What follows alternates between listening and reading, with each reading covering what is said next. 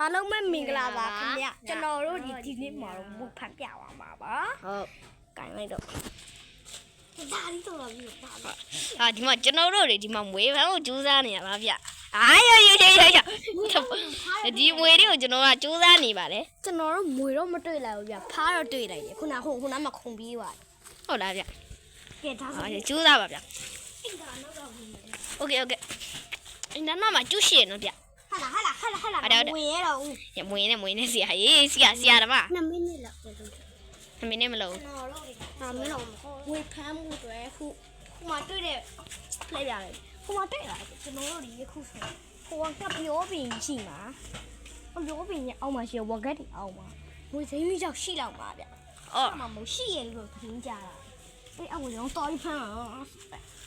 ဟိုလီမင်းရတယ်စားပဲစားစေကဲလားမဖမ်းမလားဟဲ့တော့ပဲငါကြည့်နေငါဗီဒီယိုရိုက်နေမယ်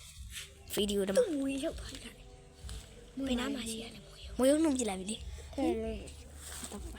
အာတွေ့ပြီ